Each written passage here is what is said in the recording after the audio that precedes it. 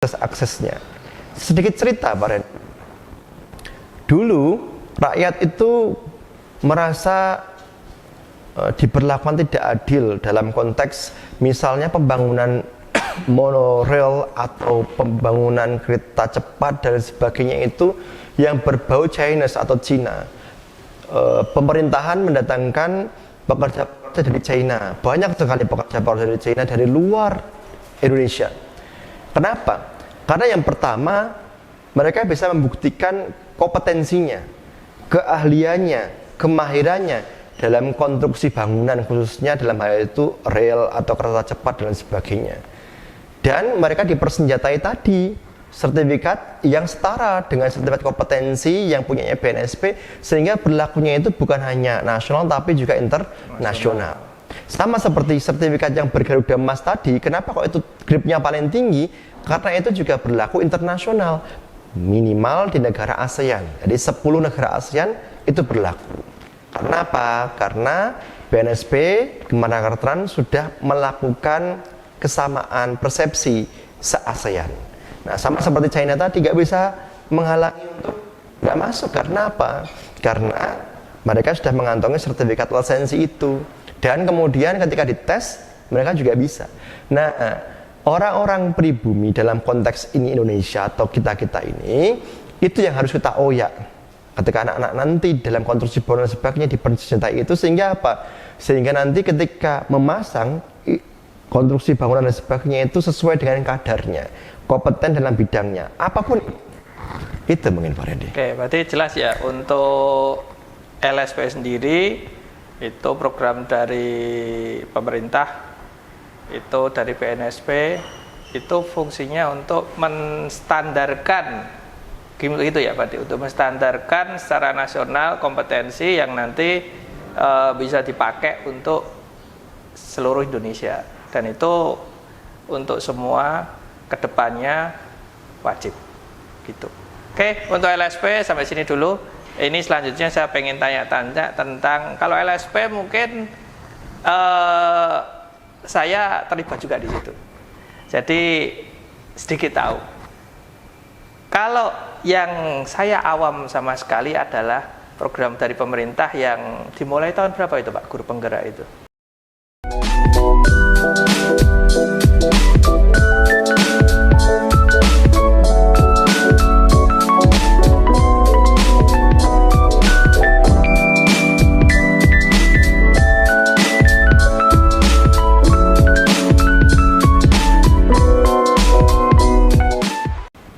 Guru Penggerak itu kalau saya ikutnya angkatan 4 Pak Randy.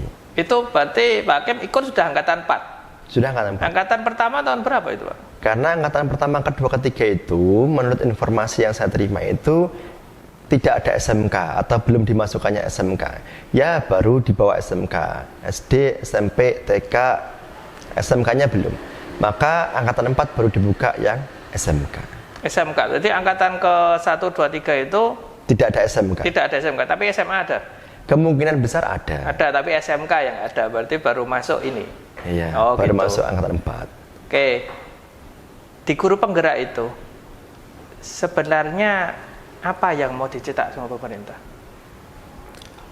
Terlebih daripada itu, sebelumnya untuk program Guru Penggerak, ketika kita masuk pada kata Guru Penggerak GP, maka sebelumnya kita kan calon, berarti kan CGP, calon guru penggerak. Calon guru penggerak ini kan kenapa dikatakan calon? Karena memang prosesnya tidak sebentar. Bahkan saya bisa bilang untuk saat ini itu proses CGP atau calon guru penggerak itu yang paling lama itu angkatan saya, angkatan 4 ini. Kenapa? Angkatan pertama, kedua, ketiga itu menurut informasi yang saya dapatkan itu ya maksimal 9 bulan maksimal.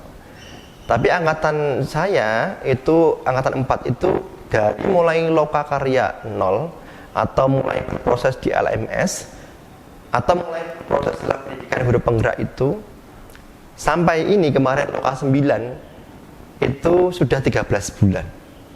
Berarti 1 tahun lebih 1 bulan. Dan ini belum selesai? Dan itu belum ada notifikasi lulus.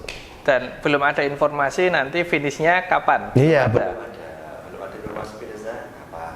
Tapi menurut berita yang mudah-mudahan Desember tahun 2022 ini sudah ada notifikasi lulus, karena di guru penggerak itu dari mulai loka 0 sampai, kalau loka karyanya, loka karya 0 sampai loka karya 9. Kemudian nanti ada pendampingan individu, ada tugas-tugas di LMS. Kalau di LMS semuanya udah kelar, semuanya udah lama.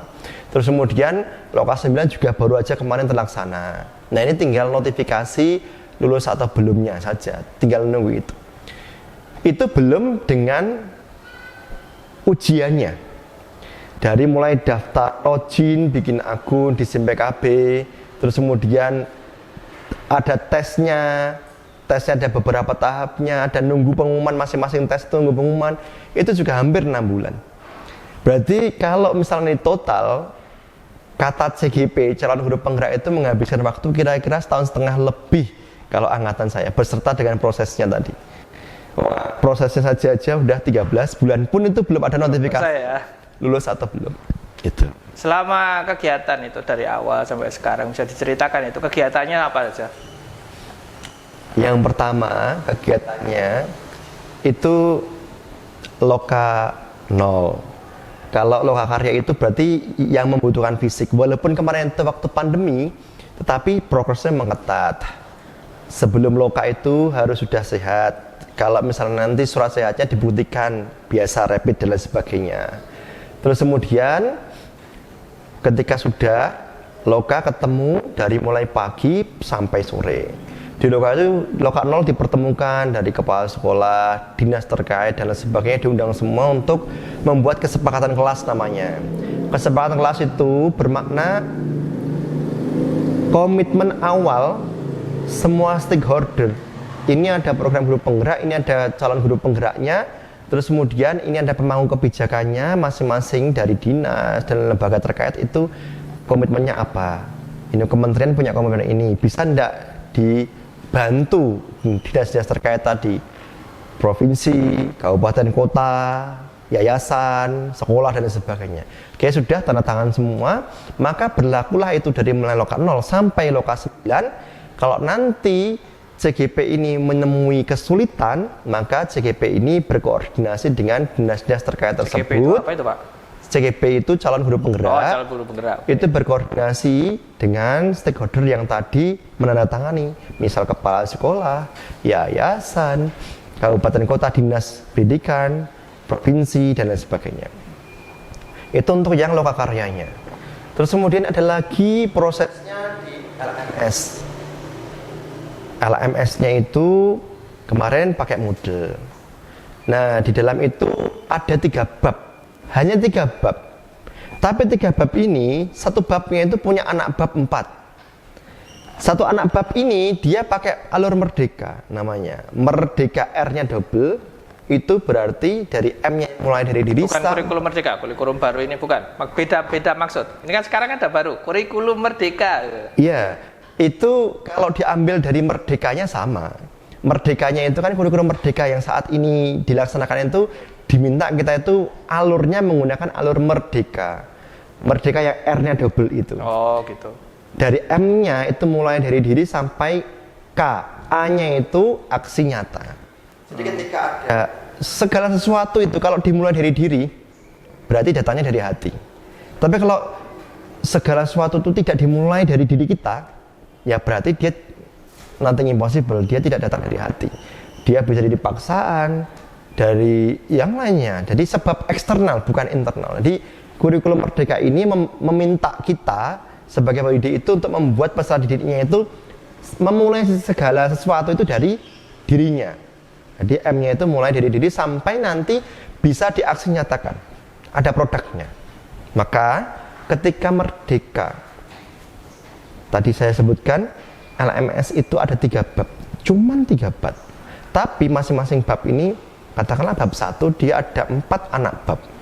Masing-masing anak bab itu dia menggunakan proses merdeka atau alur merdeka. Jadi mulai dari diri sampai aksi nyata, sampai kita diminta untuk membuat sesuatu yang kita bisa presentasikan, bisa ditampilkan dengan CGP-CGP yang lain dan juga di dunia maya. Maka jujur saja, saya itu mempunyai akun YouTube ya karena ada program guru penggerak ini. Guru penggerak. Sebelumnya saya nggak punya akun YouTube. Dan mau nggak mau, ketika kita punya akun YouTube, kan mesti juga mikir, produk kita itu dilihat enggak sama orang. Ketika dilihat, berapa orang yang melihat. Ketika dilihat berapa orang, berapa yang subscribe. Ketika berapa yang subscribe, berapa yang review. Ketika berapa yang review, berapa yang like. Ketika berapa yang like, berapa yang share. Jadi sudah mulai berpikir seperti itu. Oh ternyata itu media sosialnya itu saya dulu udah ketinggalan. Padahal YouTube itu udah lama sekali.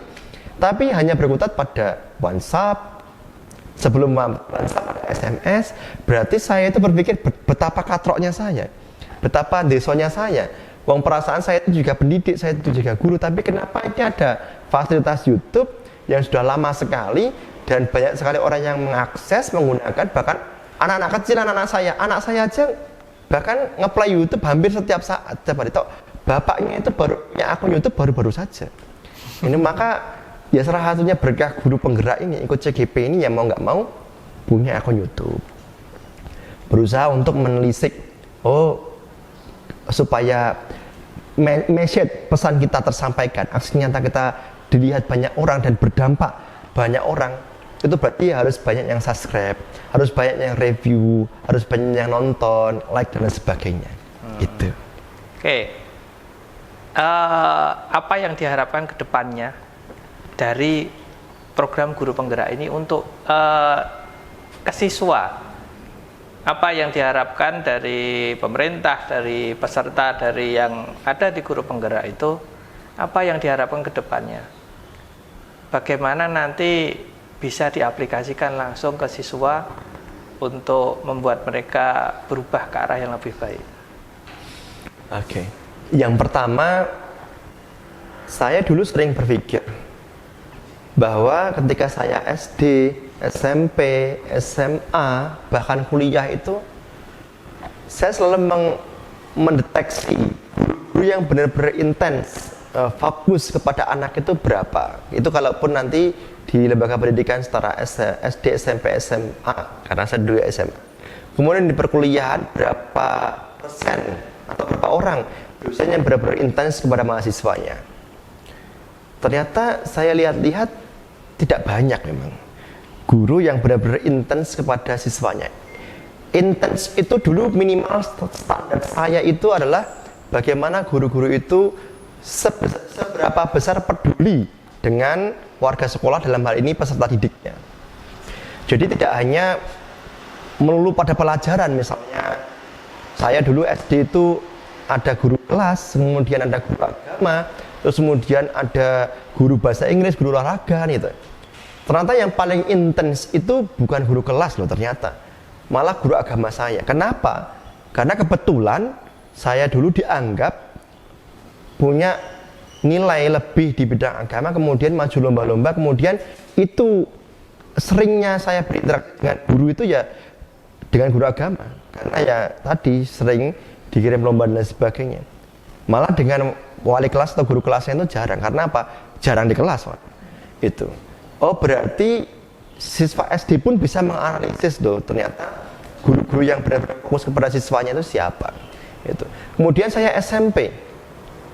Ini memang dilema memang. Karena apa? Semakin populer sekolah itu, semakin terkenal sekolah itu, semakin jadi rujukan sekolah itu, maka kan konsekuensinya maka gurunya itu mesti akan mengalami, sebut saja, meninggalkan tugas kepada siswa. Misalnya, mohon maaf nak, bapak ini ada ngisi seminar, mohon maaf nak, ini ngisi workshop, tugas ya halaman sekian sampai sekian. Saya SMP mengalami itu karena dulu ada SSN, kemudian RSBI, ada SSI, Sekolah Rintisan Internasional, SSN, Sekolah Standar Nasional, SSI, Sekolah Standar Internasional. Nah, kebetulan SMP saya dulu sudah masuk pada RSBI ke SSI. Dampaknya luar biasa ternyata. Memang untuk bergel sekolahnya itu bagus, image sekolahnya bagus. Tetapi ternyata di dalam itu bagi siswa-siswa yang mau menganalisis ada ketimpangan. Ya tadi yang saya ucapkan, guru-gurunya itu mendiklat guru-guru yang lain tapi meninggalkan tugas kepada siswanya sendiri. Itu. Dan siswanya ya otomatis konsekuensi masuk kepada RSBI SSI ya harus aktif. Nah, berarti siswa aktif itu ternyata bibit. Kalau bibitnya dia udah bagus, mau dimanapun tempat, termasuk yang tadi, yang gurunya ibaratnya hampir setiap hari. Saya dulu ada beberapa mata pelajaran yang hampir setiap hari gurunya mesti pamit. Pamitnya bukan karena nggak mau ngajar, pamitnya karena konsekuensi, diklat, workshop dan sebagainya, pemateri di tempat-tempat yang lain. Dan sekolah saya dulu memang sering bebas. Kenapa? Banyak siswa-siswa sekolah-sekolah yang berkunjung ke situ, workshop dan sebagainya kan otomatis harus dipulangkan awal dan sebagainya. Nah, konsekuensinya itu ya belajarnya di rumah. Sempat saya dulu itu mengalami semacam, kalau sekarang disebutnya itu stres dalam pembelajaran. Karena apa? Ya karena rata-rata guru ninggalin tugas saja. Tugas ini. Karena otomatis kita harus baca dan sebagainya gitu. Jadi setiap guru karena sering meninggalkan kelas yang sebenarnya mereka harusnya ngajar, akhirnya cuma meninggalkan tugas. Yang tugas mungkin harusnya itu cuma seminggu sekali, ini jadi tugasnya setiap hari. Setiap hari. itu konsekuensi karena memang itu baru satu mapel ya, belum mapel yang lainnya. Karena sekolah favorit dulu yang dianggap favorit dan sebagainya itu mesti imbasnya akan dirujuk sekolah-sekolah yang lain, diminta untuk pemateri dan sebagainya. Itu SMP. Nah, waktu SMA itu kan ada penjurusan IPA IPS. Kok ketika saya masuk, contoh misalnya pelajaran kimia, H2O, CO2 dan sebagainya itu, saya berpikir itu kalau misalnya digunakan untuk yang praksis langsung pada kenyataan itu untuk apa gitu loh. HCl dan sebagainya itu pengetahuan ya. Kalau misalnya dia nanti IPA, dia mau masuk fakultas kedokteran, farmasi, bidan dan sebagainya, itu langsung berfungsi di situ. Ada jembatannya ke situ. Jadi kalau masuknya jurusan agama nanti nggak tahu itu buat apa. Maka dari itu, kenapa dulu saya itu masuknya itu ternyata kuliahnya malah di fakultas agama?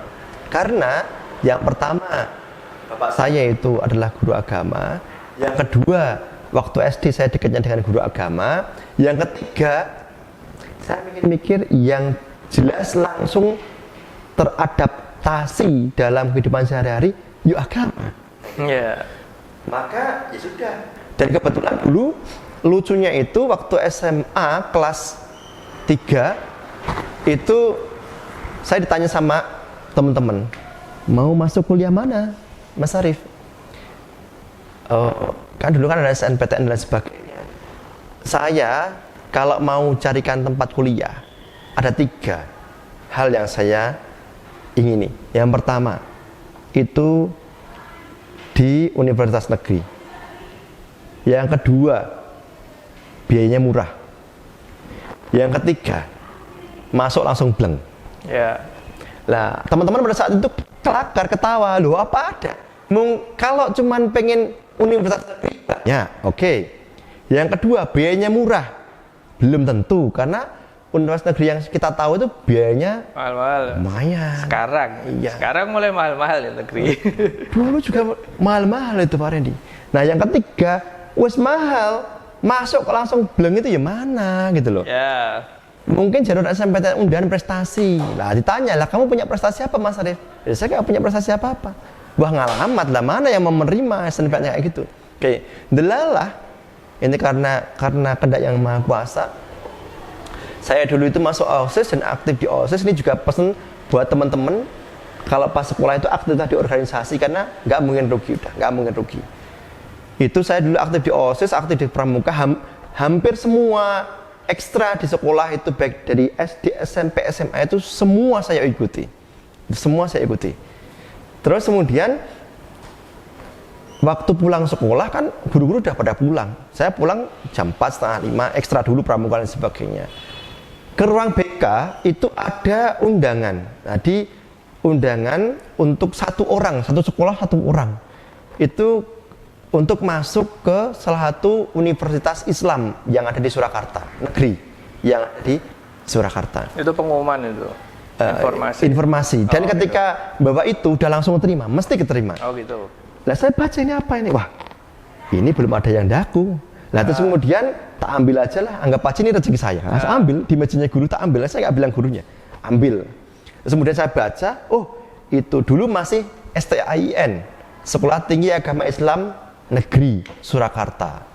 Terus kemudian saya masuk tempatnya di belakang Kopassus Kandang Menjangan grup 2. Kemudian sekarang jadi IAIN, kemudian terupdate lagi jadi UIN Raden Mas Said Surakarta. Nah itu langsung bleng, di situ saya masuk daftar.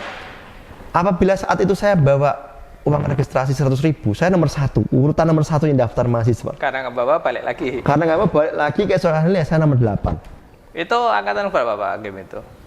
Saya masuk kuliah 2010. 2010 itu angkatan berapa itu? Wah kalau angkatannya saya nggak hafal. Yang saya hafal pada saat itu tuh, kalau saya saat itu daftar bawa 100.000 saya nomor 1. Karena saya nggak bawa uang, cuma niatnya tanya-tanya dulu dari Sragen, tempat asal saya itu punya sepeda motor sama teman-teman. Balik lagi, besoknya balik bawa 100.000 nomor 8, langsung diterima. Nah itu kenapa saya kuliah di Fakultas Agama. Karena tadi dapat jalan tadi, negeri, murah bayarnya, langsung diterima. Nah itu tadi. Cuman jurusan lain tetap berguna juga. Apa tadi saya menceritakan kok dari SD, SMP, SMA terkait dengan pertanyaan Pak Randy. Kebermanfaatannya dari program guru penggerak, esensinya apa? Diharapkan dari evaluasi program pendidikan yang dahulu itu sekarang pemerintah melalui dinas dan kementerian terkait itu mencoba untuk menghapus, contoh misalnya ujian nasional. Ujian nasional zaman saya dulu, mungkin juga zaman Pak Randy, itu menjadi momok yang luar biasa. Ibaratnya kalau saya dulu itu mengatakan segala cara ditempuh untuk bisa lulus di 3 mapel itu, matematika, IPA, matematika, kalau bahasa SMP 4. Kalau SMA berapa? SMA 3 ya? Kalau SMP dulu itu kan ada matematika, ada bahasa Indonesia, ada IPA IPS kan. 4. Terus kemudian waktu SMA ada matematika, bahasa Indonesia, bahasa Inggris. Itu 3. Yang lain itu adalah pilihan. Oke, pilihan ujian sekolah. Nah, kalau SMK orang dikatakan itu lulus itu kalau misalnya ujian sekolah lulus, terus kemudian juga ujian nasional lulus. Tetapi kalau misalnya 3 tahun itu ada bilang seperti ini, 3 tahun itu hanya ditentukan 3 mata pelajaran saja. Waktu SMA saya, matematika, bahasa Inggris, bahasa Indonesia. Jadi 3 tahun kita menimba ilmu di SMA itu hanya ditentukan 3 ini. Karena apa? Karena nggak mungkin pada saat itu ujian sekolah nggak lulus, yang mesti lulus. Karena apa? Yang ngoreksi gurunya sendiri. Tapi kalau 3 ini kan yang ngoreksi mesin. Ya kalau nggak lulus, ya nggak lulus. Dan ngulangi atau kejar paket yang ada. Nah itu momok yang luar biasa. Bahkan waktu saya itu dulu tidak diceritain. Saya itu dulu waktu kelas 1 SMA, waktu kelas 1 ujian, kelas 3 SMA, itu ada salah satu siswi di daerah Jawa Timur, saya tidak sebut nama kabupaten atau kotanya, itu daerah Jawa Timur, karena itu muncul di berita, itu gantung, bunuh diri. Oh itu yang masuk berita itu tahun berapa itu? Oh iya itu masuk berita, heboh itu. Itu siapa itu? Itu siswi, salah satu siswi di Jawa Timur. Oh bukan temen tuh itu? Enggak, siswi di Jawa Timur, besoknya itu ujian nasional. Hari ini dia bunuh diri. Karena takut tidak lulus. Takut tidak lulus. Saking takutnya. Karena apa? Karena siswa yang pinter itu bukan karena dia itu pinter, benar-benar pinter, tapi dibuktikan dengan lulus ujian nasional dan lulus dari sekolah tersebut. Itu disebut pinter oleh masyarakat. Tapi walaupun dia juara olimpiade dan sebagainya, tapi kalau dia tidak lulus ujian nasional, dia tidak lulus sekolah tersebut, dia dicap tidak pintar oleh masyarakat. Nah ini momok yang luar biasa pada saat itu. Idiom itu yang menyebabkan salah satunya siswi tersebut itu mengakhiri hidupnya dengan gantung diri. Kenapa saya ingat gantung diri? Karena itu muncul di berita. Gantung diri siswi Ya, itu beritanya ramai itu. di Jawa Timur itu sehari sebelum ujian nasional. Nah, itu belum ujian loh ya. Ya. Belum ujian, belum menerima pengumuman, itu sudah nyerah dengan quit gantung diri. Nah, maka pemerintah mengevaluasi, kemudian ujian nasional dihilangkan, ganti asesmen nasional. Dan itu tidak semua siswa. Terus kemudian dulu image bahwa sekolah favorit, sekolah tidak favorit, sekolah nggak favorit. Maka image itu mulai dirubah oleh pemerintah melalui kementerian itu dengan semua siswa jargonnya itu menjadi favorit. Dengan apa? Sekarang kan ada zonasi dan sebagainya. Nah, itu beberapa hal. Tadi saya menceritakan SD, SMP, SMA. Nah, sekarang SMA sekarang.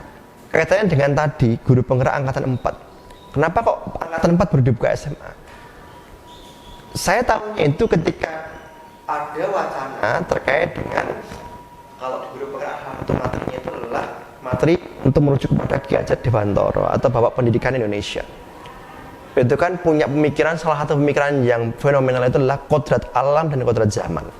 Kodrat alam itu berarti anak lahir ke dunia ini itu kalau menurut versi agama itu kan fitrah, bersih, putih. Ada salah satu teori yang saya tidak menyebut teorinya, dicetuskan siapa, tapi ini familiar sekali. Teori yang ketika anak itu lahir putih, tergantung nanti orang tuanya atau sekolahnya mencetak seperti apa. Itu tidak sepenuhnya benar, juga tidak sepenuhnya salah. Ki Hajar Dewantara punya pemikiran, anak itu lahir itu punya kodratnya masing-masing, kodrat alam namanya. Jadi ketika di psikologi perkembangan atau psikologi pendidikan kita menemui multiple intelligence itu. Ada kecerdasan ganda atau 8 kecerdasan yang dimiliki manusia. Yang mau dikembangkan yang mana, yang mau ditebalkan yang mana. Nah, Ki Hajar itu menekankan itu. Bahwa anak itu nggak bisa loh harus dipaksa ini. Sebenarnya anak itu punya kemauan dari intelijensi yang akan ditebalkan. Nah, di sini perannya guru itu sebagai fasilitator hanya bersifat untuk membuat jalannya itu mulus, jalannya anak itu. Ya diinginkan anak apa? Oh ini, udah ditebalkan jalannya itu. Sama seperti analogi kita sebagai petani, guru. Itu ketika kita menanam padi, kan tidak mungkin bisa tumbuh tanaman yang lainnya. Atau tidak mungkin bisa berbuah pepaya, berbuah semangka kalau tanamannya padi. Kalau pengen menuai semangka atau menuai pepaya, tanamannya pepaya atau semangka. Tetapi ketika kita nanam padi, kan ada gulmanya, ada hamanya dan sebagainya. Nah, kita ya bersifat guru untuk pendidikan guru penggerak itu bersifat layaknya sebagai seorang petani. Kita bisa merawat, tapi kita tidak bisa mengubah yang benihnya padi ini menjadi selain padi, nggak bisa mengubah. Anak ini yang punya kecenderungan seperti ini, ya kita warnai saja. Maka dilema muncul ketika apa? Ketika pendidikan guru penggerak itu masuk ranah SMK. Muncul pertanyaan, di SMK harus diploting, mau nggak mau, suka nggak suka. Kalau sudah masuk jurusan TKJ, ya diuplek-uplek ya TKJ. Aja. Ketika masuk jurusan buka, yang diuplek-uplek ya masak-masak buka. Ketika sudah masuk jurusan perhotelan, ya diuplek-uplek perhotelan dan sebagainya. Nah, bagaimana kaitannya itu dengan kodrat zamannya anak tadi? Kebetulan pada saat itu saya bertanya dan fasilitator saya itu menyebutkan bahwa satu blunder, ada keblunderan. Malah blunder ya? Iya, nggak langsung dijawab. Iya. Itu ternyata disampaikan kepada atasannya dulu untuk didiskusikan. Oh iya benar ya, nanti kalau nggak pas jawabnya bisa bertentangan antara kodrat zaman nanti dengan yang di SMK. Ternyata berikutnya lagi ada ruang kolaborasi atau RK, jawabannya seperti ini. Ada menanyakan lagi, itu kan sudah menjadi pilihan anak ketika mau masuk ke SMK, mau masuk TKJ, ya berarti dia ada benar-benar tahu apa nanti ketika TKJ itu prospek kedepannya mau ngapain, apa aja yang dipelajari. Kalau di kuliah seperti itu, hotel seperti itu, otomotif seperti itu.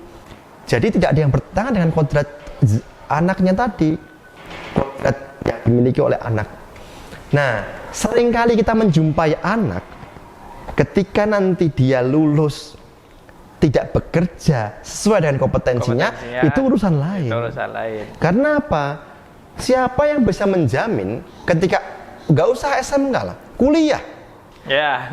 Kuliah ambil fakultas A, apakah ada yang menjamin bekerja di fakultas A? Nggak ada yang menjamin. Nah. Itu kuliah. Padahal tarafnya anak-anak itu SMK. Dia dapat kerja itu alhamdulillah. Ya. Tidak nganggur alhamdulillah. Nah, seberapa besar, seberapa persentase kompetensi yang dia dapat dari sekolah digunakan, nah itu tergantung kemampuan anak. Nah, kita sebagai gurunya itu bagaimana caranya ketika kita di SMK itu dilingkan. Tadi kita berusaha untuk membuka jalan yang multiple intelligency tadi. Oh, anak ini sudah ke TKJ, berarti multiple intelligency kebukanya di intelijensi yang ini. Nah, bagaimana membuka intelijensi yang lainnya? Itu tantangan kita sebagai guru. Nah, guru penggerak itu kita diproseskan, dididik untuk mencoba membuka kunci-kunci yang dimiliki anak itu supaya kebuka. Jadi tidak harus melulu misalnya anak TKJ itu bekerja misalnya di Telkom atau misalnya di toko komputer. Tidak melulu. Bisa saja anak TKJ bekerja di perhotelan atau di hotel, diambil yang bidang IT-nya otomatis. Kemudian juga bisa kerja di restoran, ya sama, ya bidang IT-nya. Jadi tantangan kita itu membuka hal-hal yang seperti itu, Pak Randy, yang diajarkan di program guru penggerak, khususnya pendidikan yang berpihak pada murid. Ini contoh lagi misalnya, pendidikan berpihak pada murid.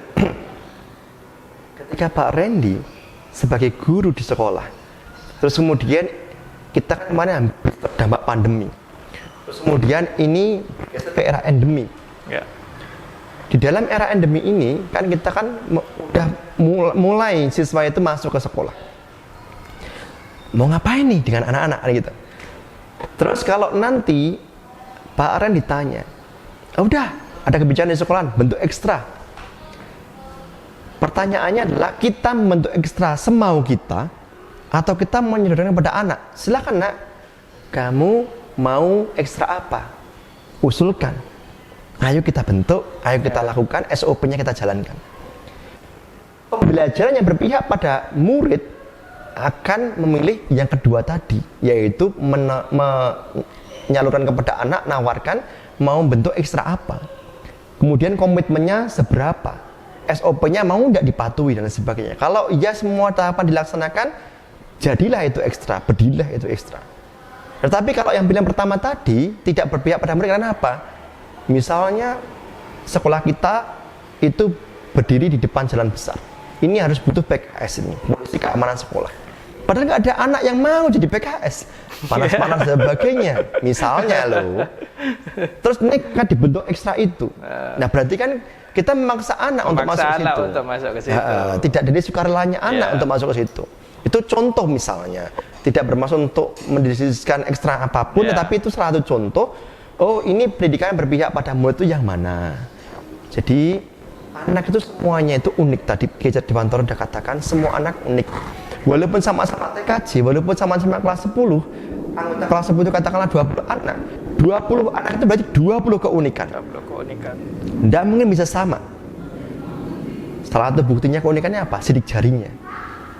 Dari 20 anak sidik jari itu, 20-nya nggak ada yang sama. Pasti beda. Maka dari itu, masing-masing anak juga masing-masing individu, masing-masing keunikan.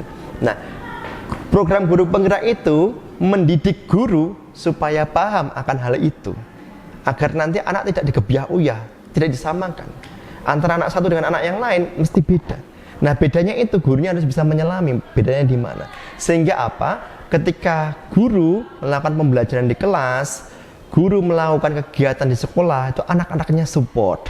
Misalnya nanti melakukan kunjungan industri, anak-anaknya support melakukan kunjungan industri, senang, bukan atas keterpaksaan.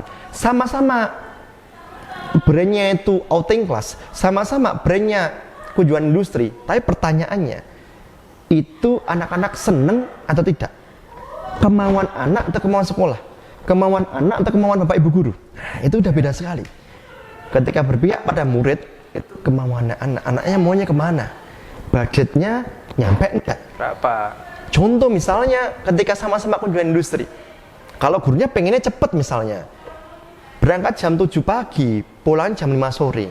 Nah pertanyaan, jam 4 juga malah udah pulang, ada jam jam 3 4. udah pulang. Nah anak-anaknya mau enggak? Ya. Nah itu, jangan-jangan anak-anaknya yang seneng gurunya, bukan anak-anaknya. Nah di sini pentingnya ketika orang sudah menjadi guru penggerak atau masuk pada program guru penggerak menjadi CGP, calon guru penggerak, itu center point-nya itu bukan lagi kepentingan sekolah, center point-nya lagi bukan lagi kepentingan guru, tapi center point-nya itu kepentingan anak. Anak nyaman enggak? Seneng enggak? Happy enggak? Anak banget atau enggak? Nah itu. Maka kalau sudah seperti itu, tujuannya nanti yang artis itu nanti bukan lagi gurunya, yang artis itu adalah anaknya. Jadi nanti suatu saat yang berdiri di sini itu adalah yang mewawancarai anak, yang diwawancarai anak. Ya, saya pengennya kedepannya seperti itu, tapi di awal karena mereka belum siap, berarti saya yang memberikan contoh di awal. Oke, pertanyaan terakhir, Pak. Saya juga sering lihat apa itu namanya, bagaimana pendidikan di suatu negara itu dibentuk. Bahkan dulu pernah jadi satu berita yang menarik itu. Ada suatu negara di Eropa, Norwegia kalau nggak salah ya, Norwegia, yang katanya itu pendidikannya nomor 1 di dunia. Terus Norwegia apa? Finlandia itu yang katanya pendidikan nomor 1 di Indonesia. Terus ada negara, ya mungkin kayak Jepang, kayak apa itu namanya, mungkin Amerika malah bukan yang nomor 1 ya.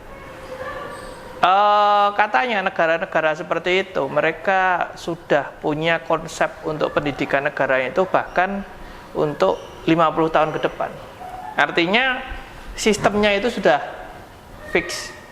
Cuman pelajarannya yang mungkin diupdate sesuai dengan teknologi atau apapun yang berkembang saat itu. Tapi sistemnya fix, masih tetap sama sampai mungkin 50 tahun ke depan. Tapi yang saya lihat di Indonesia itu ya, waktu saya SD, SMP, SMA itu nggak banyak perubahan. Terus begitu saya akhirnya selesai kuliah dan menjadi guru, itu pendidikan itu kayak perubahannya itu sangat besar sekali. Jadi apa-apa dikit dirubah, mulai dari namanya, mungkin dulu namanya apa yang sebelumnya KTSP ya, KTSP 2000, terus akhirnya berubah jadi kurikulum 2013, terus berubah lagi jadi kurikulum 2013 revisi ya. Setelah itu baru yang terakhir ini kurikulum Merdeka. Itu saya sebagai pendidik itu sangat bingung dengan hal itu. Karena apa? Saya yang diharuskan untuk memberikan materi ke anak, itu materi itu berubah terus. Entah materinya berubah, cara penyampaiannya yang harus berubah, atau cara penilaiannya juga harus berubah. Atau mungkin lebih parah lagi, mereka menstandarkan bagaimana menyampaikan ke anak, caranya nanti suruh dirubah lagi. Dan pertama mungkin harus seperti itu, besok dirubah lagi harus seperti itu. Lah, mungkin karena ikut guru penggerak dan mungkin lebih tahu tentang sebenarnya mau dibawa kemana pendidikan di Indonesia.